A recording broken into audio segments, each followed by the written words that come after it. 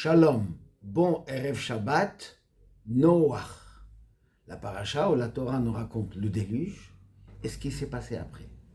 Il y a une histoire du Baal Shem Tov où quelqu'un lui a dit qu'il a vu une autre personne qui n'a pas fait quelque chose de bien, qui a fait quelque chose de mal.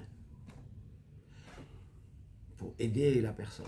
Le Baal Shem Tov lui a dit ce qu'on voit sur l'autre est en fait un miroir. C'est un reflet de soi-même. Et si on voit quelque chose de mal sur une autre personne, c'est sur soi-même.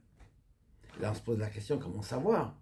Pas forcément de savoir que c'est que nous avons le même défaut, le même mal que l'autre a eu. Comment reconnaître, comment savoir? Mais la réponse dans la paracha de notre semaine. La Torah nous dit, quand Noah est sorti de l'arche, il a planté une vigne, il a fait du vin, c'était le premier vigneron, après le déluge. Il a fait un vin très fort, et il a bu jusqu'à s'enivrer, et avoir un comportement pas du tout digne de lui. Il fallait le couvrir. Et là, on a deux manières de voir la chose. Noé avait trois fils, Shem, Ham et Yafet. Shem et Yafet ont pris une couverture. Ils ont marché en arrière, dit le texte, pour ne pas voir la nudité de leur père. Puisqu'il était déjà en arrière, il ne faut pas le voir. Eh bien, c'est là l'approche de l'histoire, comment reconnaître sur l'autre. Celui qui leur a raconté qu'il a vu la nudité de leur père, c'était Ham, le père de celui qui voit du mal partout, qui voit du mal sur tout le monde, surtout sur le peuple juif aujourd'hui, de nos jours.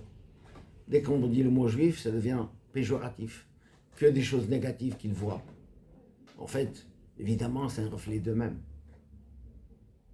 Seulement, Shem et Yafet, non seulement qu'ils n'ont pas regardé, ils n'ont pas vu la nudité, disent nos sages, c'est qu'en fait, ils ne voyaient pas le mal.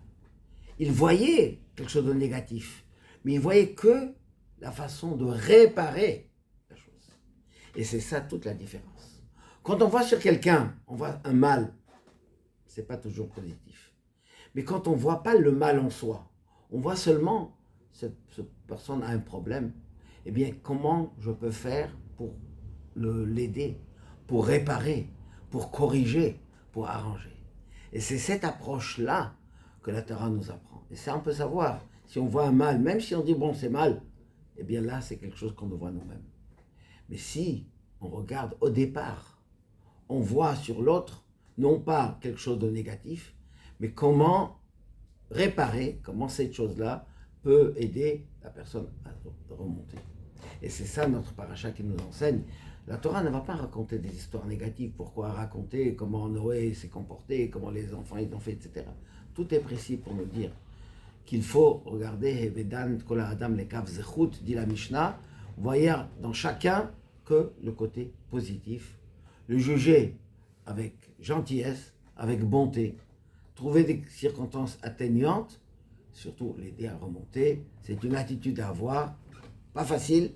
Eh bien, quand la Torah nous raconte, c'est qu'elle nous donne les forces pour le faire et de réparer, en commençant par soi-même, bien sûr, si on voit, c'est Ashgacha, la providence divine nous montre quelque chose. Il faut se corriger soi-même et aider l'autre à se corriger. Avec ça, on vivra un monde meilleur avec Ahavat Yisraël. Shabbat Shalom ou Mevorach.